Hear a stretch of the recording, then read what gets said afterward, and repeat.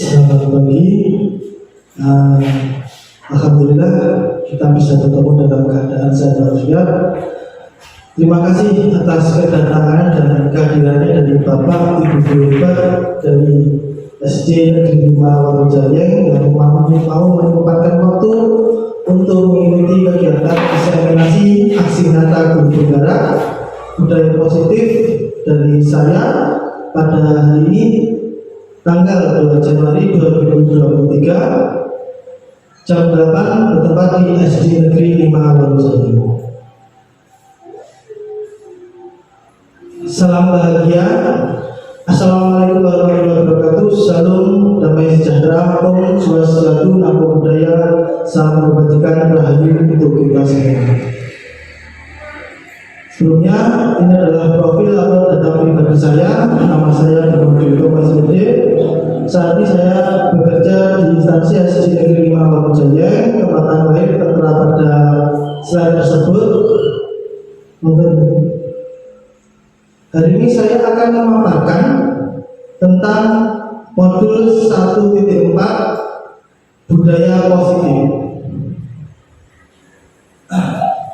Nah, di sini peta konsep dari ke modul 1.4 yaitu modul budaya positif. Yang pertama adalah disiplin positif dan nilai kebajikan universal. Yang kedua, teori motivasi, hukuman dan penghargaan restitusi. Yang ketiga, keyakinan kelas. Yang keempat, kebutuhan dasar manusia dan dunia berkualitas. Yang kelima, restitusi 5 posisi kontrol. Dan yang keenam adalah restitusi segitiga restitusi. Yang pertama, disiplin positif dan nilai-nilai kebajikan universal. Nah, dari sini apakah makna disiplin? Mungkin dari Bapak Ibu ada yang tahu apa itu definisi dari disiplin? Nah, kalau yang kita tahu disiplin adalah suatu yang berasal dari bahasa Latin disiplina yang artinya belajar. Makna asal dari kata ini berkonotasi dengan disiplin diri dari murid-murid Sokrates dan Plato. Disiplin ini membuat orang menggali potensinya menuju sebuah tujuan apa yang dia hargai. Jadi disiplin diri itu untuk menuju sebuah tujuan dari apa yang ingin dia hargai. Namun dalam budaya kita, makna kata disiplin telah berubah menjadi sesuatu yang dilakukan pada orang lain untuk mendapatkan kepatuhan. Kecenderungan umum adalah menghubungkan kata disiplin dengan ketidaknyamanan, bukan apa yang kita hargai atau pencapaian suatu tujuan mulia. Jadi yang dimaksud di sini adalah orang yang pada malam itu orang mengharapkan disiplin itu bukan untuk mencapai suatu tujuan mulia, tapi hanya untuk menghindari ketidaknyamanan. Nah, nanti kita akan berbagi makna kata disiplin itu. Nilai-nilai kebajikan universal. Nilai-nilai kebajikan adalah sifat-sifat positif manusia yang merupakan tujuan mulia yang ingin dicapai setiap individu. Nilai-nilai tersebut bersifat universal dan lintas bahasa, suku bangsa, agama maupun latar belakang. Setiap perilaku atau perbuatan memiliki suatu tujuan. Ini menurut Dr. William Glasser pada teori kontrol tahun 1984. Dengan mengaitkan nilai-nilai kebajikan yang diyakini seseorang, maka motivasi intrinsiknya akan terbangun sehingga menggerakkan motivasi dari dalam untuk dapat mencapai tujuan mulia yang diinginkan. Ini yang kedua menurut Diana Boston tahun 1998. Jadi menurut Diana Boston adalah motivasi intrinsik akan terbangun sehingga menggerakkan motivasi dari dalam untuk mencapai tujuan mulia yang diinginkan setiap individu. Yang ketiga, nilai-nilai kebajikan kita kenal dengan profil pelajar Pancasila yang terdiri dari pertama beriman, takwa kepada Tuhan Yang Maha Esa dan berakhlak mulia, mandiri, bernalar kritis, berkebinekaan global, bergotong royong dan kreatif. Inilah nilai kebajikan yang akan kita capai pada siswa-siswi kita, yaitu siswa-siswi yang berprofil pelajar Pancasila seperti disebut di slide tersebut. Yang kedua, teori motivasi, hukuman dan penghargaan. Di sini motivasi perilaku manusia menurut Diana Gosen dalam bukunya Restructuring School Discipline menyatakan ada 3 motivasi perilaku manusia. Yang pertama adalah motivasi terjadi untuk menghindari ketidaknyamanan atau hukuman. Yang kedua, motivasi itu terjadi untuk mendapatkan imbalan atau penghargaan dari orang lain. Yang ketiga, untuk menjadi orang yang mereka inginkan dan menghargai diri sendiri dengan nilai-nilai yang mereka percaya. Nah, dari 1, 2, 3 ini menurut Bapak Ibu yang paling tepat itu yang mana? Kalau menurut Bapak Ibu mungkin bisa berpendapat untuk dari 3 motivasi hidup perilaku. Kalau yang pertama adalah perilaku hanya sekedar untuk menghindari ketidaknyamanan atau hukuman. Yang kedua, untuk mendapatkan imbalan atau penghargaan dari orang lain. Dan yang ketiga, untuk menjadi orang yang mereka inginkan menghargai diri dengan nilai-nilai yang mereka percaya. Nomor 3, Pak. Ya, terima kasih Pak Bagus. Nomor 3 ya. Ya, karena kenapa? Kalau nomor 3 itu lebih terbangun motivasi intrinsiknya, karena di situ dia menghargai dirinya sendiri dengan nilai-nilai yang mereka percaya. Kalau nomor 1 dan 2 itu karena ada motivasi eksternal. Lanjut. Nah, yang pertama ini penjelasannya untuk menghindari ketidaknyamanan atau hukuman. Nah, di sini motivasi yang muncul untuk menghindari ketidaknyamanan atau hukuman tingkat rendah dari motivasi perilaku manusia. Jadi mereka hanya mengharapkan motivasi kita itu hanya mengharapkan untuk menghindari ketidaknyamanan atau hukuman. Yang kedua, apa yang akan terjadi jika saya tidak melakukan hal ini? Yang ketiga, menghindari permasalahan yang muncul dan berpengaruh pada fisik, psikis atau terpenuhinya kebutuhan mereka. Yang keempat, motivasi ini bersifat eksternal karena ada dorongan dari Tuhan. Yang kedua, untuk mendapatkan imbalan atau penghargaan dari orang lain. Nah, di sini motivasi itu muncul karena hanya untuk mendapatkan suatu imbalan atau penghargaan. Nah, manusia berperilaku untuk mendapatkan imbalan penghargaan atau pujian. Yang kedua, apa yang akan saya dapatkan jika melakukan hal ini? Jadi mereka itu mengharapkan sesuatu dengan apa yang akan saya dapatkan, bukan karena dari dirinya sendiri. Yang ketiga, menganggap pujian orang lain ini lebih penting bagi kualitasnya. Ya. Yang ketiga sama masih bersifat eksternal karena ada penghargaan atau pujian dari luar.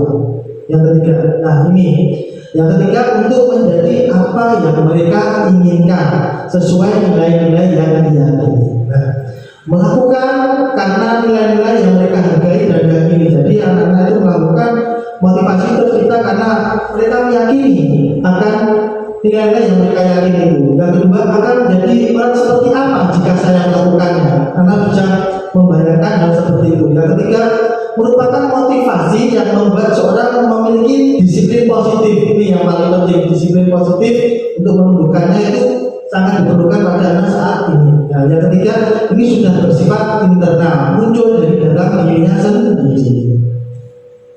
Nah, selanjutnya hukuman, konsekuensi, dan restitusi. Nah, ini ada suatu kalimat dihukum oleh penghargaan, bahwa penghargaan berlaku sama dengan hukuman, dalam arti meminta atau membujuk seseorang melakukan sesuatu untuk memenuhi suatu tujuan tertentu dari orang yang meminta atau membujuk.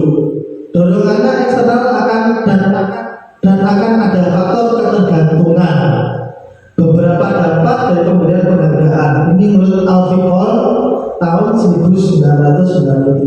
ini ada pengaruh jangka panjang dan jangka pendek. Yang kedua, penghargaan itu menghukum. Kalau menurut Al-Fiqh, pelajaran itu hukum. Kalau menurut Bapak Ibu bagaimana? Apakah setuju dengan teori Al-Fiqh ini? Kalau silakan menurut pendapat. Kalau setuju, apa alasannya? Coba. Jadi, monggo betul. Jangka pendeknya itu aku biar dapat tenaga lagi. Nah, panjangnya mungkin saya harus tetap belajar dan nanti saya tetap dapat tenaga lagi. Dalam arti kata berarti Bu Dewi kurang setuju dengan setuju ya, setuju dengan penghargaan itu monggo. Ya, mungkin ada beberapa pendapat lain. Cukup ya. Jadi saya setuju dengan Bu Dewi karena penghargaan itu sebenarnya dan bersifatnya itu jangka pendek, ya. Karena kita akan mengharapkan sesuatu untuk mendapatkannya. Nah, itu menurut saya menghukum, ya. Terus yang ketiga, penghargaan mengurangi ketepatan. Penghargaan tidak efektif. Yang keempat, penghargaan merusak hubungan. Nah, di sini kita ambil saja contoh. Misalkan si A, anak yang terlahir dengan diabetes gagalan, itu akan bangkit lebih lama daripada anak yang punya identitas berhasilan. Ya. Anak yang gagal terus, jika kita hubung dengan penghargaan, dia akan merasa gagal, tidak sama dengan temannya. Makanya penghargaan itu dapat merusak suatu hubungan. Ya. Nah, dari sini sehingga guru perlu meninjau ulang tindakan penegakan peraturan atau keyakinan sekolah atau kelas. Selama ini tindakan terhadap suatu pelanggaran bentuk hukuman atau konsekuensi belum berupa disiplin positif atau restitusi. Nah, ini nanti akan kita bahas di satu restitusi, yaitu suatu disiplin positif. Ya. Yang ketiga, disiplin merupakan identitas sukses. Hukuman merupakan identitas yang gagal. Ya. Jadi sebenarnya tujuan kita adalah mendisiplinkan siswa dari keyakinan mereka, dan hukuman itu nanti akan bersifat kegagalan untuk anak itu. Yang berikutnya, disiplin positif terbagi dua, disiplin dalam bentuk konsekuensi dan disiplin dalam bentuk restitusi. Nah, mari berdiskusi Bapak Guru. Ini ada beberapa tindakan dulu, tolong dicermati. Yang pertama, mencatat 100 kali dalam buku kalimat saya tidak akan terlambat lagi karena terlambat ke sekolah. Ini kalau menurut Bapak itu merupakan hukuman atau restitusi? Hukuman. Ya, hukuman. Nanti kita lihat jawaban kedua. Yang kedua, lari mengelilingi lapangan basket 2 kali karena terlambat hadir di sekolah. Menurut Bapak itu apa? Hukuman. Oke, kita kunci jawabannya. Berikutnya, murid diminta untuk push up 15 kali karena tidak menggunakan masker ke sekolah. Menurut Bapak itu apa? Hukuman. Oke. Menggantikan kertas tugas teman yang telah dicoret-coret. Konsekuensi. Ya. Membersihkan tumpahan air di meja tulis karena tersenggol pada saat belajar. Konsekuensi. Murid disuruh untuk mengenakan sepatu saat di sekolah karena tidak mengenakan sepatu hitam. Hukuman. Yang terakhir, lari mengelilingi lapangan basket 2 kali karena lambat 10 menit untuk pelajaran pijokan. Konsekuensi. Kita lihat jawabannya apakah benar. Nah, ternyata jawaban dari Bapak Ibu teman sudah benar. Untuk kelas ternyata Bapak itu jauh sudah menguasai materi tentang yang akan saya sampaikan. Saya sangat bangga sekali dengan Bapak Ibu Berita di semuanya.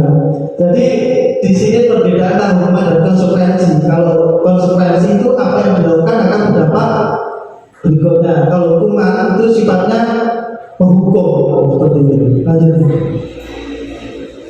Nah, ini penjelasannya. Hukuman adalah sesuatu yang menyakitkan harus terjadi. Nah, Kalau konsekuensi sesuatu itu harus terjadi. Kalau hukuman itu sifatnya menyakitkan. Terus yang kedua, membuat anak sakit bersifat fisik maupun hati untuk jangka waktu yang lama. Anak akan sifat pendiam biasanya memiliki unsur pendendam, karena di sini dengan kita berikan hukuman tidak akan mengganti identitas mereka, malah akan memperdalam sifat mereka untuk menjadi seorang pendendam. Nah, sedangkan institusi membuat anak merasa tidak nyaman dalam jangka waktu yang pendek. Nah, berikutnya, sehingga anak membenci kedisiplinan. Nah, kalau konsekuensi, anak menjadi menghargai disiplin.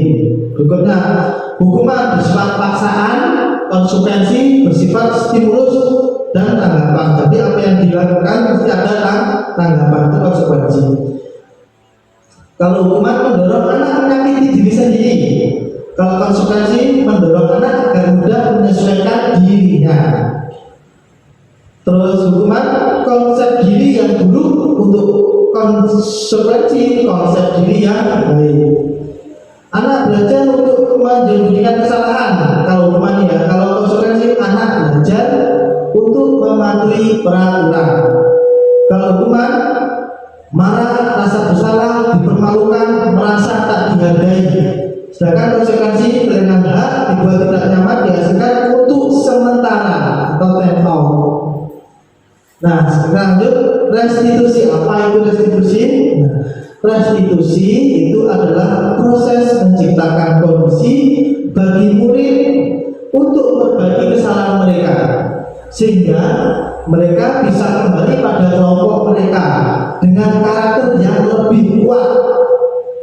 Restitusi juga merupakan proses kolaboratif yang mengajarkan murid untuk mencari solusi untuk masalah mereka dan membantu murid berpikir tentang orang seperti apa yang mereka ingin menjadi tujuan mulianya dan bagaimana mereka harus memperlakukan orang lain. Ini menurut Gosen tahun 2004. Nah, di sini ada tabel identitas hukuman dan identitas sukses disiplin. Ada 3 macam: konsekuensi dan hukuman, konsekuensi dan restitusi. Ya, tadi kita bahas 2, hukuman dan konsekuensi. Sekarang kita tambahi lebih baik lagi, yaitu restitusi. Dari tabel pertama, identitas akal dengan hukuman. Murid atau anak belajar menyembunyikan kesalahan. Kalau konsekuensi, murid atau anak belajar taat pada peraturan.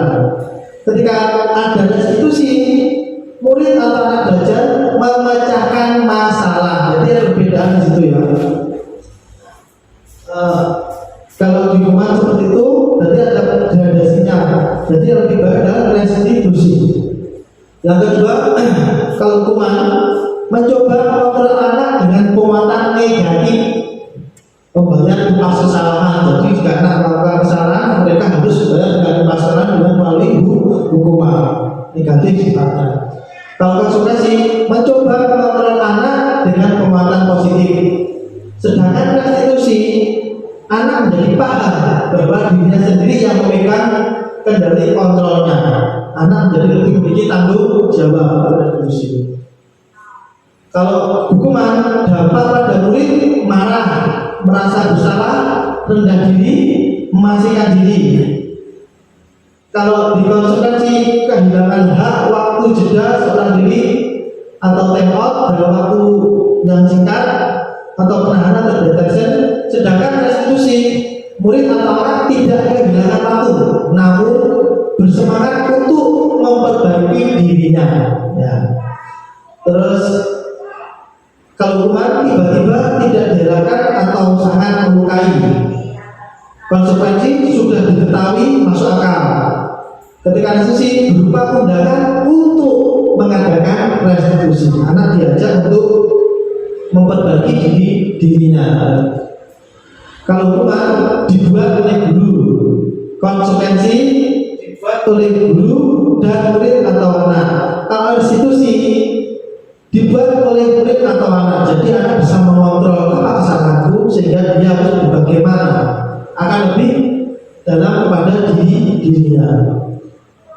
Terus hukuman menyakitkan guru menjalani konsekuensi dengan menyalahkan, mengkritik, menyindir, merendahkan.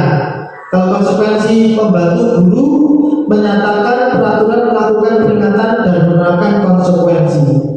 Yang terakhir restitusi mewakilkan guru, menyebutkan keyakinan kelas, membimbing kerangka acuan berpikir, restitusi murid atau anak. Nah, kalau hukuman itu masih saya pernah mengalami hal seperti ini. Kalau paradigma lama itu sifatnya masih hukuman, tapi sebagai sekarang dengan perkembangan zaman sekarang ini lebih baiknya kita bisa menerapkan restitusi kepada anak, jauhi hukuman. Nah, 9 ciri-ciri restitusi. 1. Bukan untuk menebus kesalahan, namun untuk belajar dari kesalahan. 2. Untuk memperbaiki hubungan. 3. Tawaran, bukan paksaan. 4. Restitusi menuntut anak untuk melihat ke dalam dirinya. Yang kelima, restitusi mencari kebutuhan dasar yang mendasari tindakan. Yang keenam, restitusi diri adalah cara yang paling baik. Yang ketujuh, restitusi fokus pada karakter bukan pada tindakan. Yang kedelapan, restitusi fokus pada solusi. Yang kesembilan, restitusi mengembalikan murid yang berbuat salah pada kelompoknya. Saat kita berulang kali menjanjikan hadiah kepada anak-anak agar berlaku tanggung jawab, atau kepada seorang agar belajar sesuatu yang baru, atau kepada seorang karyawan agar melakukan pekerjaan yang berkualitas, kita sedang berasumsi mereka tidak dapat melakukannya atau mereka tidak akan memilih untuk melakukannya. Ini menurut Al-Fiqh. Jadi menurut saya ini panjang sekali, saya setuju dengan pendapat Al-Fiqh. Ya, Al-Fiqh menyebutkan policy reward tahun 1900, wawancara STD Annual Convention Maret tahun 1919 mengumumkan bahwa penghargaan maupun hukuman adalah cara-cara mengontrol perilaku seseorang yang menghancurkan potensi untuk pembelajaran yang sesungguhnya. Ya, menurut Al-Fiqh ini berarti hukuman itu sebenarnya menghancurkan potensi pembelajaran sesungguhnya, karena penghargaan itu sifatnya itu beda ya antara penghargaan dan apresiasi. Kalau apresiasi itu sifatnya menyeluruh, kalau penghargaan sifatnya beberapa anak, sedangkan anak-anaknya itu sudah juga memiliki hak atas apa yang mereka lakukan. Jadi Al-Fiqh menyimpulkan bahwa semua anak itu memiliki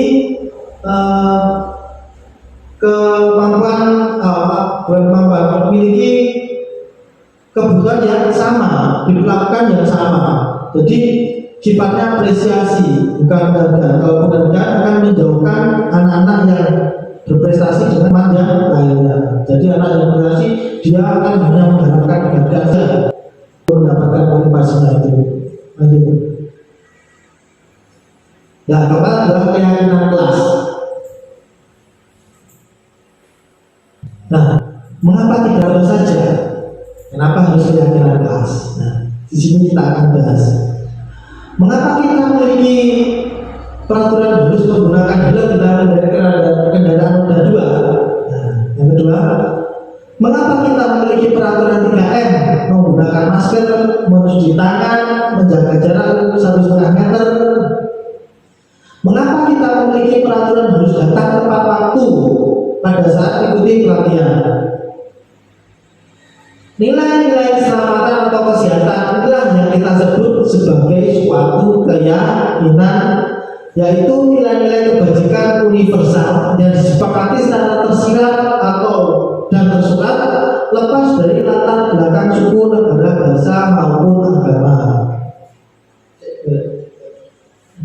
Nah, di sini ya, yang dimaksud di sini adalah yang mengapa kita memiliki peraturan untuk menggunakan helm. Jadi kebajikan universal yang muncul di sini adalah kalau kita tidak menggunakan helm, jika ada kecelakaan akan kedua bahaya. Jadi kebajikannya adalah untuk keselamatan.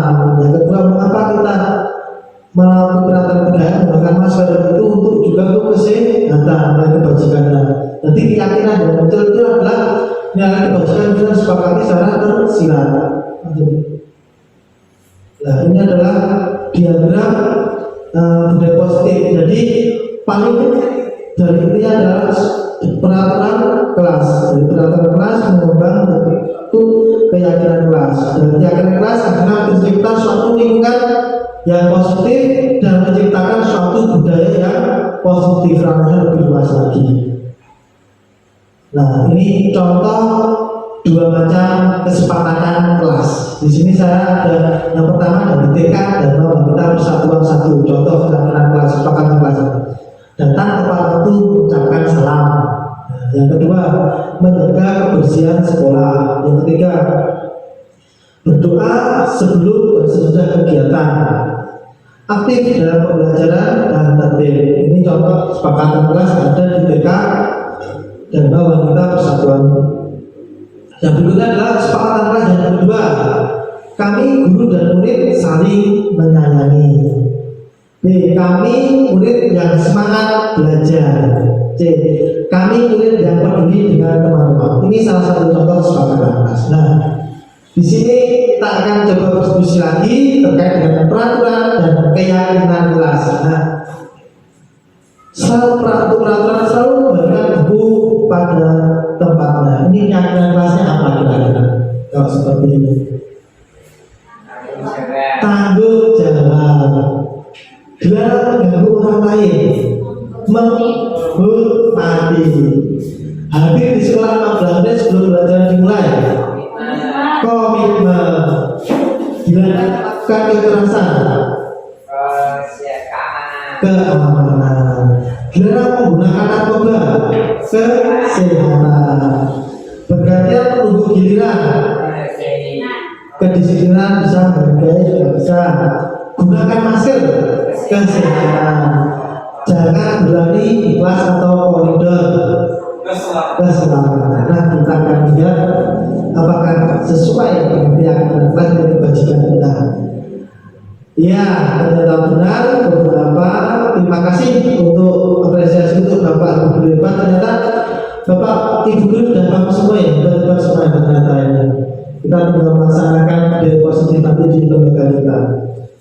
Nah, 5 kebutuhan dasar manusia dan dunia berkualitas.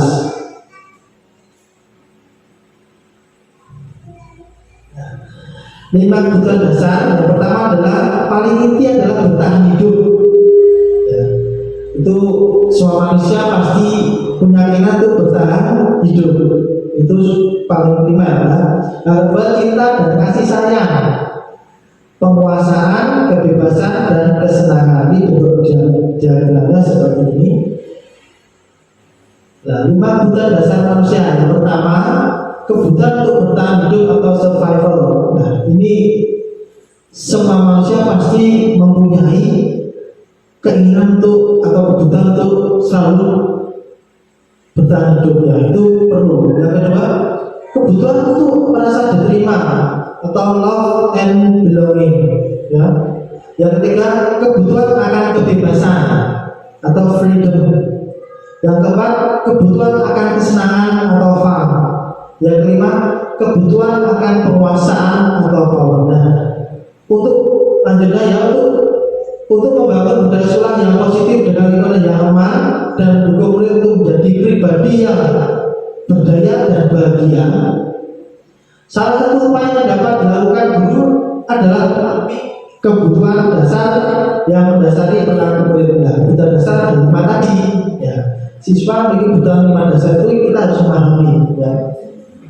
William Glasser menyatakan seluruh tindakan manusia memiliki tujuan tertentu, yaitu memenuhi kebutuhan dasar. Jadi kebutuhan dasar itu hak dari setiap anak. Ketika semua kebutuhan dasar sudah terpenuhi, maka seorang anak atau murid akan tumbuh seimbang dan bahagia. Ketika kebutuhan dasar tidak terpenuhi dengan baik, maka anak atau murid mengalami emosi negatif, yaitu kecewa, bosan, sedih, atau melakukan tindakan yang bertentangan dengan nilai kebajikan dan melanggar aturan. Perilaku buruk anak karena respon dari tidak terpenuhinya salah satu kebutuhan dasarnya. Mungkin anak melakukan bermasalah itu salah satu adalah kebutuhan dasarnya tidak terpenuhi. Seperti kita bercontoh, ada seorang anak yang memukul temannya.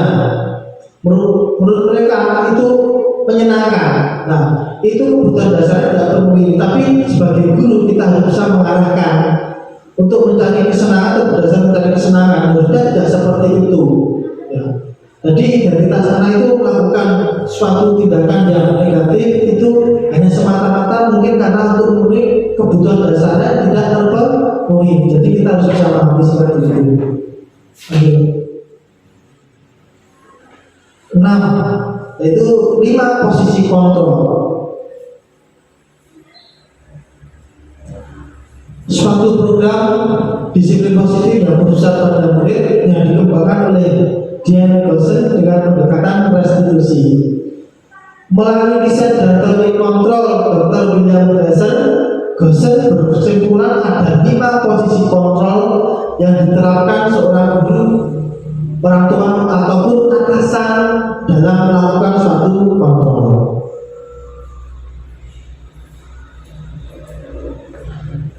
Nah, di sini ada 5 posisi kontrol yang harus kita tahu. Yang pertama sebagai penghukum, yang kedua pembuat rasa bersalah, yang ketiga sebagai teman, yang keempat sebagai pemantau, yang kelima sebagai manajer. Dari 5 posisi kontrol itu, Bapak Ibu saat ini merasa berada di posisi yang mana kira-kira? Ada yang merasa menjadi teman, ada yang merasa menjadi pemantau, ada yang merasa menjadi sebagai manajer. Ya. Tapi kalau saya harap tidak ada yang menjadi sebagai penghukum atau membuat orang merasa bersalah. Berikut akan saya jelaskan satu persatu contoh dan atau penerapannya 5 posisi kontrol. Yang pertama, motivasinya adalah guru berbuat.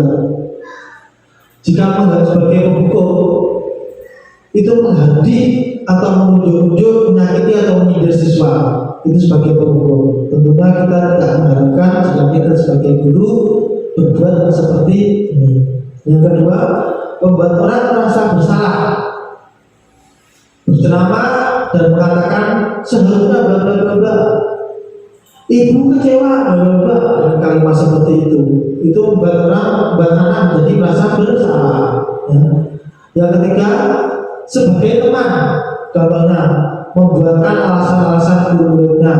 Alasan seperti apa sebetulnya? Pemantau, menghitung dan mengukur.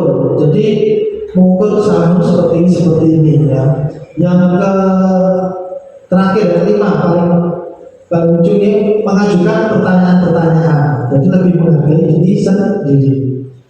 Terus yang kedua, guru berkata, kalau kamu tidak melakukan, awas ya, rasakan. Nah, itu kekerasan secara verbal. Jadi anak yang diperlakukan dengan seperti ini, dia tidak akan menjadi anak yang lebih kuat kembali ke komunitasnya. Terus yang ketiga, membuat orang merasa bersalah. Kamu seharusnya kamu sudah tahu, ibu lelah sekali mengatakannya, ibu stres. Seperti itu membuat orang menjadi merasa bersalah. Yang kedua, sebagai teman, ayolah lakukan demi itu. Masa kamu tidak mau? Ingat, ibu tidak pernah bantu dididik seperti itu. Kalau pemantau, apa peraturannya? Jadi kembalikan kepada anak. Kalau manajer itu merestitusi anak, ya, apa yang kita yakini menanyakan, apa yang bisa kau kerjakan untuk memperbaiki masalah ini, membimbing anak untuk memecahkan suatu masalah yang dihadapinya, membersamai. Kalau hasil motivasi hasil, jika penghukum memberontak menyalahkan orang lain berbohong, ya. Kalau membuat orang bersalah, anak jadi menyembunyikan, menyangkal, bisa jadi berbohong. Kalau sebagai teman, anak jadi ketergantungan, jadi selalu tidak memecahkan masalah sendiri, tapi bergantung pada gurunya. Pemantau menyesuaikan diri bila diawasi saja. Kalau manajer akan jadi menguatkan diri anak. Kaitannya dengan dunia berkualitas. Kalau hukum, murid meletakkan guru di luar dunia berkualitas. Pembuat bersalah, murid meletakkan guru di dalam dunia berkualitas. Kalau sebagai teman, murid meletakkan guru sebagai orang yang sangat di dunia berkualitas. Pemantau, murid meletakkan guru peraturan dan hukum di dunia berkualitas. Manajer, murid meletakkan dirinya sebagai individu yang positif dalam dunia yang berkualitas. Jadi sudah tidak mengharumkan orang lain, atas sudah memunculkan motivasinya. Yang berikutnya, murid berkata, biarkan saja, nanti juga marah-marah lagi. Dengan kita menghukum, anak akan jadi seperti itu. Istilahnya kalau orang Jawa, double karung-karung ini paling aneh seperti itu. Nah, kalau membuat orang merasa bersalah, maafkan saya, jawaban anak seperti itu, tapi nanti akan bisa berulang lagi. Bagi teman, saya pikir bapak ibu atau teman saya ternyata begitu. Ya. Kalau pemantau, berapa banyak bintang yang saya harus peroleh, berapa halaman yang harus saya tulis, itu sebagai pemantau. Berarti masih ada eksternalnya. Kalau manajer, bagaimana cara saya bisa memperbaiki keadaan? Jadi anak sudah termotivasi untuk memecahkan suatu masalahnya sendiri. Dampak pada murid, kalau sebagai penghukum, anak akan selalu mengulangi kesalahan-kesalahannya dan itu berulang. Kalau membuat orang merasa bersalah, anak akan menjadi merasa rendah diri karena sudah dipojokkan dengan kamu sebagai orang yang salah. Kalau sebagai teman, anak menjadi lemah, tidak mandiri dan tergantung pada gurunya atau orang tuanya. Kalau sebagai pemantau, menitik beratkan pada sanksi atau hadiah untuk dirinya. Kalau sebagai manajer, mengevaluasi diri, bagaimana cara untuk membagi diri saya sendiri. Ini sudah lebih baik. Nah, ini pernyataan-pernyataan, saya kecewa sekali dengan kamu. Kamu tidak pernah benar melakukannya. Ayolah lakukan demi ibu dan bapak. Apakah kamu mau mendapatkan sekian berita hari ini? Bagaimana kamu bisa mencari masalah ini? Kamu selalu yang paling terakhir. Nah, ini semuanya termasuk dalam ranah apa sebagai, kalau saya kecewa dengan kamu, menghukum ya dia. Mungkin bapak itu nanti lebih paham lagi.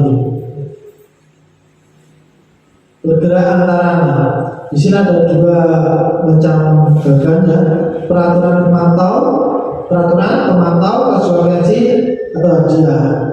Yang selanjutnya adalah nilai manajer dan perbaikannya. Lanjut.